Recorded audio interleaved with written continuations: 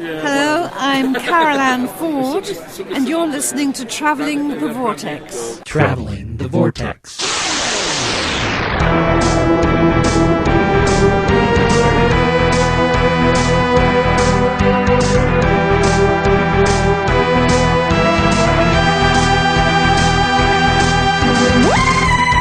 Coming to you live from Los Angeles, California.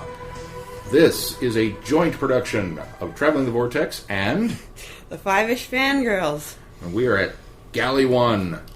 I'm Sean. I'm Mel. And I'm Mitch. How's everybody doing? Good. Tired. We're not going to answer that because we're all beat. It's been a long day. So, first apologies that this is coming a little late. It's been a rough and tumble con for us. We started off with a bit of disappointing news that Galley has suffered some losses for this year's attendees. We got the news rather early on that Deep Roy, I was really looking forward to meeting, has taken ill. We didn't get to see him last year. He was unable to make it. And then they just announced... Who was the writer? Harness? Or, Peter Harness, who wrote Kill the Moon. He was right. Was unable to make it and had to cancel. Obviously, the big news was Alex Kingston. She is filming this weekend because there's been a bunch of rain where she's at. I assume this is for Arrow, but I could be wrong, up in Vancouver. But there's been a bunch of rain. No, I heard she was in New York. Oh, is she in New York? She's doing something in New York. Whatever she's doing, wherever she's at, it's raining pretty constantly, and the production company said, you got to hang out and work this weekend to make up for the lost days. So she was unable to come. And then apparently Mark Shepard is also filming this weekend, and he was unable to come. So that was kind of how... filming schedule. Yeah, just couldn't get. He's on Supernatural right now, so yeah, he's shooting. Filming schedules apparently changed, and he couldn't make it. His dad's here. Morgan will be here Sunday. Yeah, which he's a wonderful guy. You need to catch him if you can. But so yeah, a little bit of disappointing news, and obviously we were not heartbroken over it because we knew that the folks here at Galley are going to put on a good show regardless of who's here. And I know that there are some fans who I won't call them out too much, but they were kind of gritching a little bit. And it's like, hey, you guys, stuff happens. You can't foresee these kind of possibilities in the con environment. You just kind of roll with the punches and go with it and have a good time anyway. So that's what we set out to do. And while our Friday was pretty uneventful, I think we can all agree we had a very full day today, which is Saturday. Yes. We saw... It is Friday. It is Friday. Our Thursday was pretty uneventful. We're brain fried is what it is. See, and you just got done telling me, don't worry, don't freak out. We didn't get to miss a code yet. Yeah, no. So we opened the day with, of course, opening ceremonies, and the guys at Radio Free Scarborough put on a pretty interesting panel, despite losing most of their guests. I was entertained. I felt that they'd done a good job, and as always, Chip over at the 2 Minute Time Lord. I always like to give a shout out to him because he did a phenomenal presentation, as always.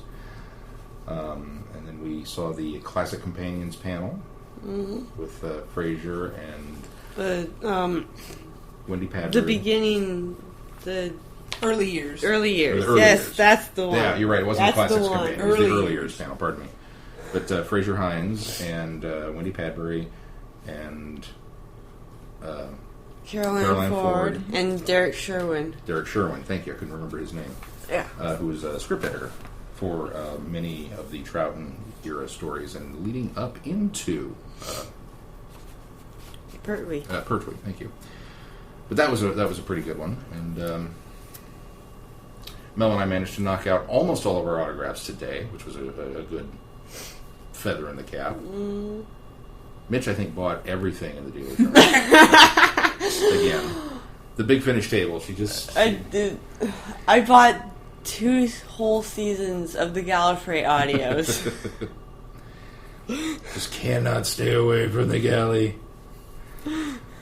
But and then we more panels and We ended with the classic companions, which included everybody that we talked about before, minus Derek Sherwin, and then adding Sophie Aldred. Sophie Aldred and Janet Fielding. Race and Tegan. They were quite a treat.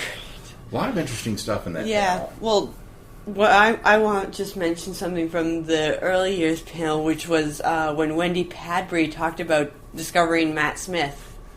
Yeah, that was that was great. That was a great story. She apparently was Matt Smith's agent for the beginning of his career. So you can all thank Zoe for the 11th Doctor. Keith, this means you. Yes. But which kind of makes me want to try and write a Zoe 11th Doctor story. It'd be kind of cool to see the two of them just because of that fact. Well, they talked about how one of the questions was who do you, if you were with a modern companion, and kind of everybody gravitated to Capaldi, being that he's the current Doctor, and they all thought no, the characters wouldn't necessarily change all that much. But I think Zoe and 11 would be kind of an interesting, because since he's so based on Patrick Troughton's Doctor, that while it would be a similar relationship. It would be a similar relationship. So that would be kind of a fun one to see. And as always, met some new friends, met some old friends, and had a grand time. Mm-hmm. I don't think there's really much else to say from this game. I know we've got, obviously, our respective podcasts that we're going to go back and regale them with stories once we get home. So this is just kind of to whet the appetites of anybody who, unfortunately, has not made it to Galley or obviously wasn't here this weekend. Cosplay, I want to touch on real quick. I was talking to Mel, and it seemed, I don't know about year, but it seemed like last year there were 11s and Amy's and Rory's everywhere. Now, obviously, we had Arthur Darvill, and I guess it was Billy Piper last year, wasn't it? Yeah. So it just that kind of lent to it. I really expected to see more Capaldis. And I've seen a few, like a handful, but not to the extent that I kind of expected to see.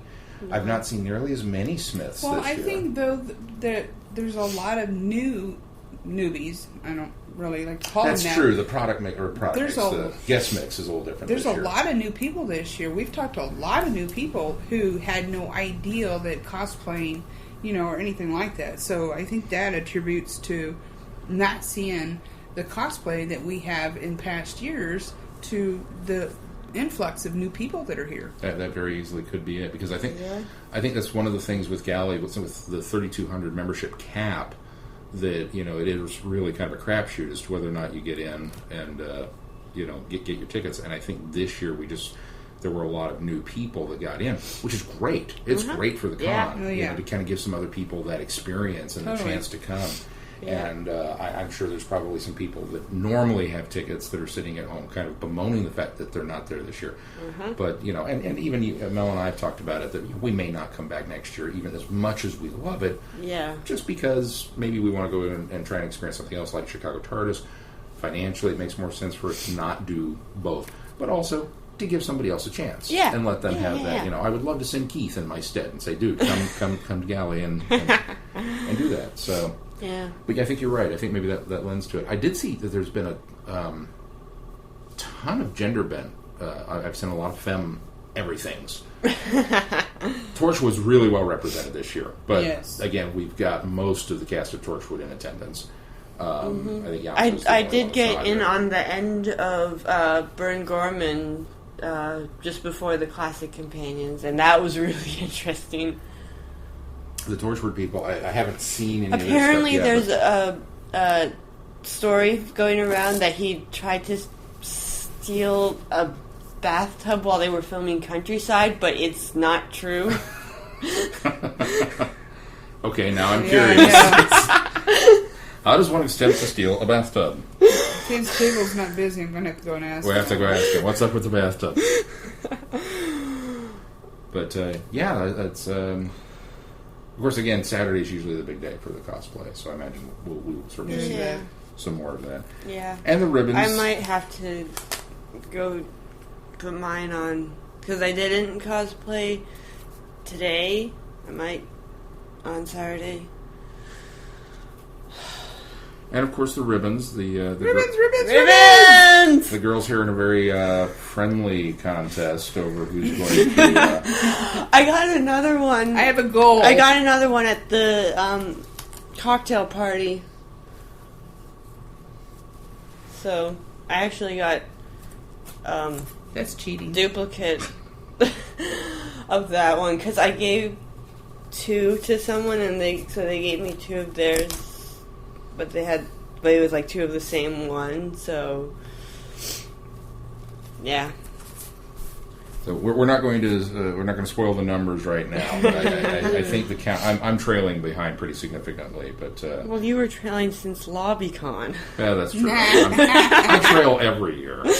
Sunday's my big day. Sunday's the day that I come in and huge. You keep telling yourself that. Yeah. So we will. Place your bets now. We'll see which of them comes home with more the fun ribbon contest.